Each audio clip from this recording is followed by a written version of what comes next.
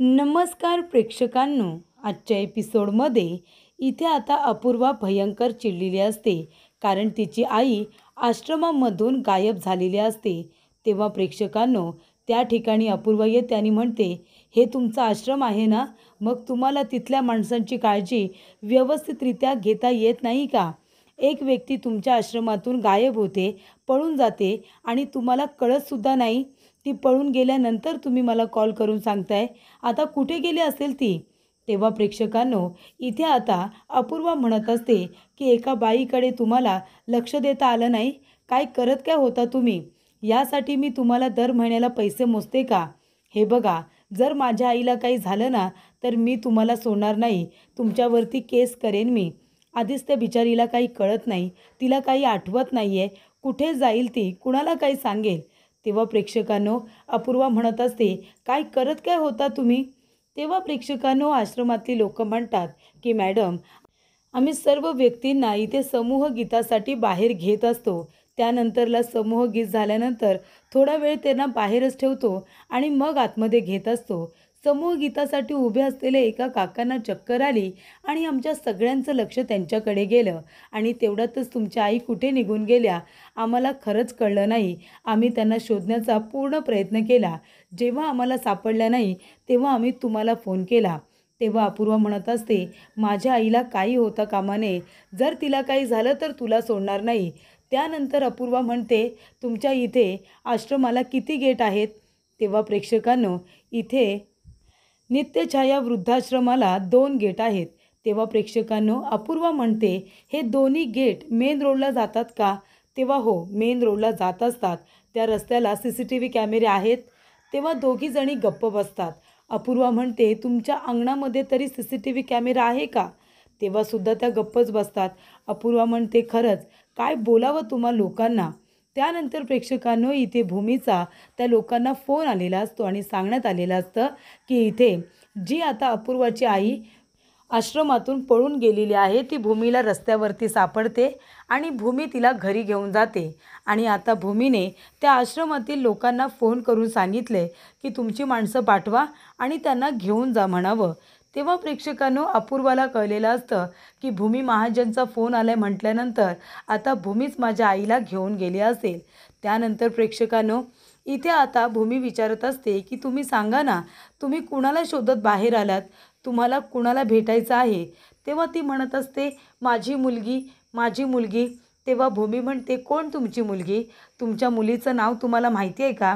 तुम्हाला तुमच्या घरचा ॲड्रेस आठवतोय का? तुम्हाला जे काही माहिती आहे ते प्लीज सांगा ना आम्हाला.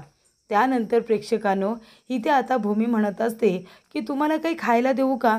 तुम्हाला काय हवंय खायला? हे घ्या. तुम्ही थोडं पाणी प्या, म्हणजे तुम्हाला बरं वाटेल. थोडं पाणी प्या ना. पण ती आता बाई पाणी प्यायलासुद्धा तयार नसते. तेव्हा प्रेक्षकांनो, इथे ती फक्त माझी मुलगी, माझी मुलगी एवढंच काहीसं बोलत असते. भूमी म्हणत असते, बरं बरं ठीक आहे. हे बघा, तुम्ही पॅनिक होऊ नका. तुम्ही स्वतःला त्रास करून घेऊ नका. लवकरच इथे आश्रमातील माणसं येतील, मग तुम्ही त्यांच्याबरोबर जा. तुमची मुलगी तुम्हाला कुठे आहे ते लोक बरोबर सांगतील हां. त्यानंतर प्रेक्षकांनो, अपूर्वा त्या ठिकाणी येते आणि म्हणते, अरे या इथे आहेत का? तरीच मला कळलं आणि म्हणूनच मी इथे आली. तेव्हा अपूर्वा म्हणते की तुम्हाला या कुठे भेटल्या? तेव्हा भूमी म्हणते, अगं मी आपल्या क्षितिजाला नेहमीच्या रस्त्याने डान्स क्लासवरून आणायला गेले होते ना, तेव्हा या प्रत्येक बाईला पकडून म्हणत होत्या की माझी मुलगी, माझी मुलगी. तेव्हा मी त्यांना बघितलं होतं ना नित्यछायामध्ये. तेव्हा मी त्यांना ओळखलं आणि मी सरळ त्यांना घरीच घेऊन आले आणि त्या आश्रमामध्ये फोन करून सांगितले की यांची काळजी करू नका, त्या मला सापडल्यात म्हणून. त्या लोकांना मी बोलवले यांना घेऊन जायला. तेव्हा अपूर्वा म्हणते, काही गरज नाही, मी आहे ना, मी घेऊन जाते, चला तुम्ही. तेव्हा भूमी म्हणते, का पण? ते लोक येत आहेत ना न्यायला, मग तू का घेऊन जातेस? तेव्हा अपूर्वा म्हणते, नाही भूमीताई, कसं झालं म्हणजे या हरवल्यानंतर त्या आश्रमातील लोक पॅनिक झाले. आता मी ऑफिसर आहे, त्यांना माहिती आहे ना. तेव्हा त्यांनी घाबरून लगेच मला फोन केला आणि त्यांची कंप्लेंट माझ्याकडे केली आणि तेव्हापासून मी त्यांना शोधतच होते. जेव्हा तुमचा फोन त्यांना आला, त्यांनी मला फोन करून सांगितलं की या सापडल्यात आणि तुमच्याकडे आहेत म्हणून. म्हणून मी म्हणाले की मीच त्यांना घेऊन येते, बाकी काही नाही. चला तुम्ही माझ्याबरोबर चला, असं अपूर्वा म्हणत असते. तेव्हा प्रेक्षकांनो, इथे आता माझी मुलगी केल्यानंतर भूमी म्हणते, आठवलं का तुम्हाला तुमच्या मुलीचं नाव? सांगा ना, काय आहे तुमच्या मुलीचं नाव? तेव्हा इथे त्या बाई आता जातात आणि अपूर्वाला सरळ मिठी मारतात आणि म्हणतात, अपूर्वा, अपूर्वा माझी मुलगी. तेव्हा प्रेक्षकांनो भूमी म्हणते की अपूर्वा, अगं या तुला अपूर्वा का म्हणाल्या आणि माझी मुलगी का म्हणतायत? तेव्हा अपूर्वा म्हणते, कसं आहे ना, तुला तर माहिती आहे मी एकटी असल्यामुळे त्या आश्रमामध्ये नेहमी माझं जाणं येणं असतं. मी नेहमी त्यांना भेटत असते आणि त्यांच्याजवळ त्यांच्या मुलीप्रमाणे वागते ना, म्हणून त्यांना मी त्यांची मुलगी वाटते. म्हणून त्या माझी मुलगी मला बघितल्यानंतर म्हणत असतात. आणि असू दे गं, मग काय झालं, माझी मुलगी म्हणाल्या तर, हो की नाही? त्यानंतर प्रेक्षकांनो इथे आता भूमी म्हणत असते की अपूर्वा, अगं थांब ना, त्यांना लगेच घेऊन नको जाऊस. त्यांना काहीतरी खाऊ दे गं, बिचाऱ्यांनी काही खाल्लेलं पण नाही आहे. फ्रूट्स, त्यांच्यासाठी फ्रूट्स आणू का? मानसी येतेस का फ्रूट्स घेऊन? तेव्हा मानसी म्हणते, हो ताई मी आणते, पण तू जरा 2 मिनटं माझ्याबरोबर ये ना. तेव्हा इथे भूमी म्हणते, बरं बरं ठीक आहे आले. त्यानंतर प्रेक्षकांनो भूमी आणि मानसी दोघीजणी गेल्यानंतर अपूर्वा म्हणत असते, हे काय चाललं आहे तुझं? चल बरं माझ्याबरोबर तू चल. आणि तेव्हा इथे अपूर्वा आता त्या बाईला घेऊन तिथून निघून जात असते. तेवढ्यातच प्रेक्षकांनो इथे आता क्षितिजा आणि तिचा फ्रेंड दोघेजणं आता खेळण्यांबरोबर खेळत असतात. तेव्हा त्यांच्या खेळण्यामध्ये इथे आता काही घरं असतात आणि तिथे एक डोजरसुद्धा असतो. तेव्हा तो डोजर इथे घरं पाडतोय असं आता चित्र इथे अपूर्वाच्या आईच्या समोर उभं राहतं. आणि अपूर्वाची आई पॅनिक करते, खूपच जास्त घाबरते, ओरडायला लागते, माझं घर पाडू नका, माझं घर पाडू नका, असं अपूर्वाची आई आता म्हणत असते. तेव्हा प्रेक्षकांनो अपूर्वा म्हणत असते की आई अगं चल चल म्हणते ना, तरीसुद्धा ती काही ऐकत नसते. तेव्हा क्षितिजा म्हणते, काय झालं यांना? अपूर्वा म्हणते, काही नाही बाळा, काही नाही, तुम्ही खेळा ना, तुम्ही खेळा. तिला काहीही झालेलं नाही आहे. आणि तेव्हा प्रेक्षकांनो इथे आता अपूर्वा तिच्या आईला घेऊन तिथून निघून जाते. आणि त्यानंतरला प्रेक्षकांनो तिची आई घाबरलेली असते. तेव्हा अपूर्वा जोरात ओरडते आणि म्हणते, आई अगं गप्प बस. आणि तेव्हा तिची आई आता शांत होते. अपूर्वा म्हणते, काय गं आई, काय गरज होती तुला पळून जायची, सांग ना, काय गरज होती पळून जायची? तुला काही झालं असतं म्हणजे माझं काय झालं असतं? तेव्हा इथे तिची आई म्हणते, त्याने आपली घरं पाडली, त्याने आपली घरं पाडली. तेव्हा अपूर्वा म्हणते, हो आई हो, मला माहिती आहे, त्या आकाश महाजनने आपली राहती घरं पाडली, आपले संसार उद्ध्वस्त केले त्या आकाश महाजनने, माहिती आहे ना मला, मला सगळं काही आठवतं आहे. म्हणूनच मी त्याच्या घरामध्ये घुसले ना, त्याचं आणि त्याच्या कुटुंबाचं आयुष्य उद्ध्वस्त करण्यासाठी. तू अजिबात काळजी करू नको आई, त्याने आपली घरं उद्ध्वस्त केलीत ना, त्याला रस्त्यावरती आणल्याशिवाय मी पण स्वस्थ बसणार नाही.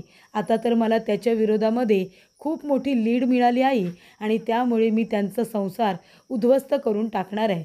तेव्हा प्रेक्षकांनो भूमी म्हणत असते की मनू, अगे हे सगळं काय आहे? तू त्यांच्यासमोर मला इथे घेऊन आलीस, तिला काय वाटलं असेल, अपूर्वाला वाईट वाटेल ना. तेव्हा मानसी म्हणत असते, ताई माझ्या मनामध्ये शंका आली म्हणून मी तुला इथे घेऊन आली. उगाच सगळ्यांच्या समोर बोलले तर कुणाला हर्ट व्हायला नको, म्हणून मी तुला आधी बोलते. तेव्हा इथे मानसी म्हणत असते की ताई तू बघितलंस, तुला थोडं हे सगळं विचित्र वाटत नाही आहे का? म्हणजे त्या बाई अचानकपणे तुला सापडतात काय? तू त्यांना घरी घेऊन आलीस आणि अपूर्वाला त्या काय म्हणाल्या की माझी मुलगी म्हणत अपूर्वाला जाऊन मिठी मारली. हे सगळं तुला थोडं विचित्र, संशयास्पद वाटत नाही का? अपूर्वाचं त्या बाईंबरोबर नक्कीच काहीतरी एकदम घनिष्ठ कनेक्शन आहे, असं नाही वाटत तुला? तेव्हा भूमी म्हणत असते की मनू, अगं कसं आहे ना, मला असं नाही वाटत. अपूर्वा एकटी लहानाची मोठी झाली, त्याच्यामुळे ते आश्रमामध्ये जास्तीत जास्त वेळ घालवते. यांच्याबरोबर खरंच ती मुलीप्रमाणेच वागते आणि त्यामुळे त्यांच्याबरोबरचं तिचं नातं हे मुलीचं आणि आईसारखंच आहे, म्हणून त्या तिला मुलगी असं म्हणाले. तेव्हा इथे प्रत्येक वेळेला तिच्यावरती आपण संशय घेतला तर चालणार नाही ना. तेव्हा मानसी म्हणते, मला कळतच नाही ताई, मी तुला कसं सांगू, पण खरं तर मला तिच्यावरती ना सारखा संशय येत असतो. म्हणजे मला कधी कधी वाटतं की तिला काही बोलायला नको, तिला असं वाटायला नको की तिच्याबद्दल माझ्या मनामध्ये काहीतरी डाऊट आहे, म्हणून मी सतत ही गोष्ट मनामध्येच ठेवत असते आणि म्हणून मी कुणालाही न सांगता तुला सांगत असते, जेणेकरून मला काही चुकीचं वाटलं तर तू मला योग्य ते सल्ला देशील, योग्य ते सांगशील, म्हणून मी कुणाला काही बोलत नाही आणि सरळ मी तुझ्याजवळ बोलत असते. भूमी म्हणते, ठीक आहे, माझ्याजवळ बोलत जा, तुला जे काही शंका असेल ती मला सांगत जा, मलासुद्धा तुझ्या मनातली शंका दूर करायला नक्कीच आवडते. तेव्हा इथे मनू म्हणत असते, ताई बघ ना, म्हणजे मला का तिच्यावरती संशय आला. अगं ते आईंबद्दल सुद्धा आहे ना, एकदम खोदून खोदून मला विचारत होती. सारखी काही ना काहीतरी विचारत असते आणि त्यानंतरला आतासुद्धा तिचं हे वागणं मला थोडं विचित्रच वाटलं. तुला नाही वाटलं का? तेव्हा इथे भूमीलासुद्धा आठवतं, ती रागिणीच्या रूममध्ये गेलेली असते. तेव्हा ते सुद्धा तिला आठवतं, की ही जी काही आहे ना अपूर्वा, ती एखाद्या केसच्या मागे पडली ना, तर हात धुवून मागे पडते. ही गोष्ट आता भूमीलासुद्धा कळलेली असते. तेव्हाचं इथे मानसीचं बोलणं आता भूमीला पटलेलं असतं. अपूर्वाचं सारखं सारखं रागिनी पटवर्धनबद्दल विचारणं भूमीला वाटत असतं, की तिला विचारताना ती आमच्यापर्यंत पोचता कामा नये. त्यानंतर प्रेक्षकांनो, अपूर्वा म्हणत असते, आई हे बघ तू शांत हो आई, कसलाही विचार करू नकोस. मी आहे ना, मी आहे ना तुझ्याबरोबर. तुला न्याय मिळवून दिल्याशिवाय मी स्वस्थ नाही बसणार. त्या आकाश महाजनने आपल्याला आपल्या घरातून लांब केलं ना, आता बघ मी कशी त्याला त्याच्या घरापासून लांब करते, त्याचं घर उद्ध्वस्त करते ना, ते बघच तू. तेव्हा प्रेक्षकांनो, अपूर्वाची आई आता रडत असते, माझं घर असं म्हणत असते. तेव्हा इथे अपूर्वा म्हणत असते, तुझं घर तुला नक्की मिळणार आई, तुझं घर तुला नक्की मिळणार. त्यानंतर इथे अपूर्वा गाडी चालवत असते आणि म्हणत असते, काही विसरलेली नाही आहे मी, काहीही विसरलेली नाही आहे. जे काही घडलं आहे ना, ते सगळं तस्संच्या तस्सं माझ्या लक्षात आहे. आई मला माहिती आहे ना, मी जेव्हा इथे पुण्याला पुढील शिक्षणासाठी निघाले होते, तेव्हा नोटीस आली होती आणि तेव्हापासूनच सगळा कारभार सुरू झाला होता. हे सगळं लक्षात आहे माझ्या, सगळं लक्षात आहे. तिच्या आईला आता चक्कर येते. तेव्हा अपूर्वाला आठवत असतं, की त्यांचं एक हसतं-खेळतं कुटुंब, एकदम छान कुटुंब असतं त्यांचं.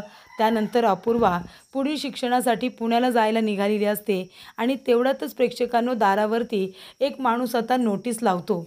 तेव्हा इथे आता ही कसली नोटीस लागले म्हणून अपूर्वाचे बाबा जातात आणि ती नोटीस घेऊन येतात आणि अपूर्वाला वाचायला देतात. तेव्हा अपूर्वा म्हणत असते, की बाबा हे सगळं काय आहे? अहो ही जागा आहे ना, आपण जिथे राहतोय ती जागा या ओनरने आकाश महाजन याला विकलेली आहे आणि आकाश महाजन, सुप्रसिद्ध बिझनेसमन आकाश महाजन या जागेवरती त्यांची इथे आता फॅक्टरी उभी करणार आहे. त्यामुळे प्रेक्षकांनो, इथे त्यांची आता गारमेंट्स कंपनी, या ठिकाणी महाजन गारमेंट्स कंपनी उभी राहणार आहे. त्यामुळे तो आपल्याला आपल्या घरातून बेदखल करणार आहे. ही घरं सगळी तोडणार आहे तो. तेव्हा इथे अपूर्वाची आई म्हणते, असं कसं तो आपली घरं तोडेल? असं शक्य होणार नाही. अपूर्वा म्हणते, मी बोलू का त्यांच्याबरोबर? तेव्हा इथे तिचे बाबा म्हणतात, की अप्पू तू या सगळ्या गोष्टींमध्ये पडू नको बाळा. तुला तुझ्या पुढच्या शिक्षणासाठी पुण्याला जायचं आहे. तुझी एसटी जायला नको. तू एक काम कर, तू पुण्याला जा. आणि इथे काय आपलं एकट्याचं घर आहे का? कितीतरी घरं आहेत की नाही त्या ओनरच्या जाग्यामध्ये, आणि त्यामुळे आपण सगळेजण त्याच्या विरोधामध्ये लढा देऊ. आपण ही घरं पाडू द्यायची नाही, असं इकडे आता तिच्या बाबांनी सांगितलेलं असतं. तेव्हा अपूर्वा म्हणते, असं कसं आकाश महाजन आपली राहती घरं पाडणार आणि या ठिकाणी महाजन गारमेंट्स उभं करणार आणि मग आपण कुठे जायचं? तेव्हा तिचे बाबा म्हणतात, आपण कुठेही जाणार नाही आहोत, आपण इथेच राहायचं. तू जा बरं, तुला उशीर होतोय, तू तुझ्या अभ्यासाकडे लक्ष दे. तेव्हा इथे अपूर्वाची आई म्हणत असते, की अपूर्वा तू नको काळजी करू, आपण कुठेही जाणार नाही. तेव्हा तिची आई म्हणते, हे बघ तू तुझ्या अभ्यासाकडे लक्ष द्या, तुला खूप शिकून मोठं व्हायचं आहे. तेव्हा अपूर्वा म्हणते, आई मी आता जाते, पण निदान तू तरी मला इथली प्रत्येक माहिती देत जा. थोडक्यात थोडकं बोलणंसुद्धा मला इथे काय झालं आहे ते मला कळलं पाहिजे.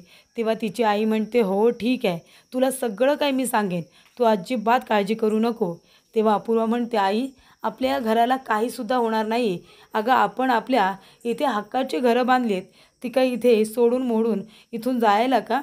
त्यामुळे तुम्ही जे काही इथे घडेल ते मला सांगा, वेळ पडली तर मी सुद्धा इथे येईन, असं आता तिने सांगितलेलं असतं. त्यामुळे प्रेक्षकांनो, तिची आई, तिचे बाबा आणि त्याचबरोबर तिचा भाऊ सगळेजण एकत्र असतात. हॅप्पी कुटुंब असतं. त्यामुळे प्रेक्षकांनो, अपूर्वा म्हणत असते, की आई बाबा तुम्ही मला फक्त काहीच सांगितलं नाहीत. तुम्हाला मी दर वेळेला विचारायचे, सगळं काही ठीक आहे ना? त्या आकाश महाजनने आपली घरं पाडली नाही ना? तुम्ही फक्त एवढंच म्हणालात, की सगळं काही ठीक आहे, आणि काहीही ठीक नव्हतं. आपली घरं उद्ध्वस्त झाली होती आणि त्याचबरोबर नेस्तनाबूत केली होती ती जमीन त्या आकाश महाजनने. सोडणार नाही आहे मी त्या आकाशला, त्याला बरोबर धडा शिकवणार. त्याच्या विरोधात आता खूप मोठी लीड मिळाली आहे मला आणि पुरावेसुद्धा मिळतील. त्याला जेव्हा मी रस्त्यावरती आणेल ना तेव्हाच आपल्या अपमानाचा बदला पूर्ण होईल असं आता इथे अपूर्वाला वाटत असतं. त्यानंतर प्रेक्षकांनो, अपूर्वा नक्की इथे कशासाठी आले हे आता आपल्याला कळलं.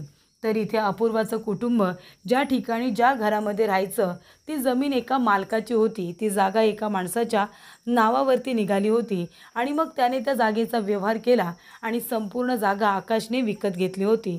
आणि मग आता ऑब्व्हियसली जर जागा त्याने त्या मालकाकडून विकत घेतली याचा अर्थ ती घरं सोडून अपूर्वाच्या कुटुंबालाच काय सगळ्यांना तिथून जावं लागणार असतं, कारण त्या जागेवरती आता आकाशला तिथे महाजन गारमेंट्स उभं करायचं असतं.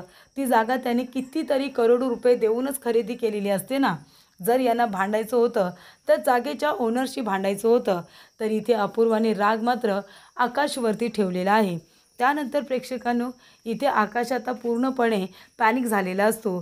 तो आता मेघला फोन करत असतो. हा तोच मेघ आहे प्रेक्षकांनो ज्यांनी 7 वर्षांपूर्वी इथे रागिनी पटवर्धन परदेशात गेले असे सगळे पुरावे तयार केलेले असतात. आणि आतासुद्धा आकाशला त्याच्या मदतीची गरज आहे, कारण मेघ हा खूप मोठा हॅकर आहे आणि त्याच्या मदतीने इथे इंटरनॅशनल क्लायंट म्हणून नक्की त्याला कोणी फसवले हे आता आकाशला जाणून घ्यायचं असतं. तेवढ्यातच तिथे भूमी येते आणि म्हणते, काय झालं आकाश, कुणाला फोन करतोयस? तेव्हा आकाश म्हणतो, अगं मेघला फोन करतोय पण मेघचा फोन लागत नाही आहे आणि त्याला मी इथे ईमेल वगैरे केलेत ते सुद्धा त्याला दिसत नाही आहेत. तेव्हा अपूर्वा म्हणत असते, अरे आकाश, 7 वर्षांपूर्वी तू मेघला भेटला होतास, आता इतकी वर्ष झाली, त्याचा नंबर चेंज झाला असेल, सगळं काही चेंज झालं असेल ना. तेव्हा प्रेक्षकांनो, आकाश म्हणत असतो, अगं पण एक पण रिप्लाय द्यायला नको का? तेव्हा इथे भूमी म्हणत असते की आकाश, आधी मला सांग, तू ज्या लोकेशनवरती गेला होतास तिथे नेमकं काय काय घडलं ते सांग बरं मला. तेव्हा आकाश म्हणत असतो की भूमी, थोडक्यात वाचलो आपण, नाहीतर आज पूर्ण भांडं आपलं फुटलंच असतं. तेव्हा भूमी म्हणते, का काय झालं? तेव्हा आकाश म्हणतो, अगं मी ज्या ठिकाणी मला ज्या लोकेशनवरती बोलावलं होतं ती लोकेशन म्हणजे आत्याला मारलेली जागा. तिथे गेल्यानंतर क्लायंट तर नव्हताच, तो एक फ्रॉड माणूस निघाला. तेव्हा मी तिथे गेलो होतो तर टाकीमध्ये नक्की डेड बॉडी आहे का ते मी बघायला गेलो. तर त्या टाकीला उघडायला जाणार तेवढ्यातच तिथे अपूर्वा येते आणि म्हणते, आकाश तू इथे काय करतोयस? तेव्हा मी मोबाईल उचलून तिच्याकडे आलो आणि तिला सांगितलं की एका क्लायंटने मला हेच लोकेशन पाठवलं होतं, पण चुकून पाठवलं असेल, तिला दुसरं लोकेशन पाठवायचं असेल, पण काही हरकत नाही, मी जातो तिकडे. त्यानंतर प्रेक्षकांनो, इथे आता भूमीला आठवतं की अपूर्वा आकाशच्या मागोमाग तिथे पोचली आणि मग नंतरला रागिनीच्या रूममध्ये सुद्धा अपूर्वा हळूवारपणे जाऊन शोधाशोध करत होती, हे सुद्धा आता भूमीला कळलेलं असतं. त्यानंतर प्रेक्षकांनो, इथे भूमी म्हणत असते, आकाश तू मला सांग, त्या ठिकाणी अपूर्वाचं येणं हा फक्त एक योगायोग होता की ती तुला फॉलो करत होती? तेव्हा आकाश म्हणतो, ती मला का फॉलो करेल ना, ती म्हणत होती की एका गुन्हेगाराच्या मागे आली म्हणून, असं तिने मला सांगितलं आणि मी सुद्धा तिच्याबरोबर जास्त काही बोललो नाही. मला सुद्धा मीटिंग होती, मी लगेचच तिथून निघालो, तिला माझ्यावरती डाऊट येऊ नये म्हणून मी जास्त वेळ नाही थांबलो. तेव्हा इथे भूमी म्हणत असते की आकाश, आपल्याला तेच करायचं आहे, आपल्याला कुणालाही दाखवू द्यायचं नाही आहे की आपण घाबरलो आहे आणि कशाला घाबरलो आहे. त्यानंतर प्रेक्षकांनो, आपल्यावरती डाऊट येईल असं आपण काही करायचं नाही. पण इथे आता आकाशला एक मेसेज आलेला असतो आणि त्याच्यावरती लिहिलेलं असतं की आता कसं तुला एका ठिकाणापर्यंत मी नेऊन पोचवले, बरोबर ना, आता तिथूनच तुझी कशी वाट लागते ते बघ. आता मी तुला त्या ठिकाणी पोचवलं आहे जिथे तुम्ही रागिनी पटवर्धनच्या गळ्याला फास लावलात. तो फास आता लवकरच तुमच्या दोघांच्या गळ्याला असेल असं प्रेक्षकांना आता सांगण्यात आलेलं असतं. जेव्हा इथे त्या मोबाईलवरचा मेसेज आकाश आणि भूमी दोघेजणं वाचतात तेव्हा दोघांनासुद्धा खूप मोठा धक्का बसतो. दोघेही घाबरलेले असतात की नक्की हे मेसेजेस करतंय तरी कोण. त्यानंतर प्रेक्षकांना पुढील भागामध्ये इथे आता इन्स्पेक्टर साहेब आलेले असतात. तेव्हा भूमी म्हणत असते की तुम्ही अपूर्वा मॅडमला भेटायला आला असताल ना, या ना आतमध्ये या. तेव्हा इथे आता इन्स्पेक्टर म्हणतात की नाही, आम्ही अपूर्वा मॅडम यांना भेटायला नाही आलो, तर आम्ही इथे मिस्टर आकाश आणि मिसेस भूमी महाजन या दोघांना आम्ही अरेस्ट करायला आलो आहोत. त्यांनी खूप मोठा गुन्हा केला आहे, त्यांनी खून केलं आहे, खून. तेव्हा मी तुम्हाला इथे अरेस्ट करायला आलेलो आहे असे इन्स्पेक्टर यांनी आता भूमी आणि आकाश यांना सांगितलेलं असतं. तेव्हा आता पोलीस अरेस्ट करायला आलेत ही गोष्ट जेव्हा प्रेक्षकांना भूमी आकाशला कळते तेव्हा त्या दोघांना खूप मोठा धक्का बसतो, कारण त्यांच्यासमोर फक्त 2च व्यक्ती असतात आणि ते म्हणजे त्यांची क्षितिजा, त्यांचं घर आणि त्यांचं ते कुटुंब, याच गोष्टी आता त्यांना आठवत असतात. तेव्हा इथे भूमी जेलमध्ये जायला घाबरत असते. एका गुन्हेगार वृत्तीच्या बाईला मारले तिने. खरं तर तिने काही चुकीचं केलेलं नाही आहे.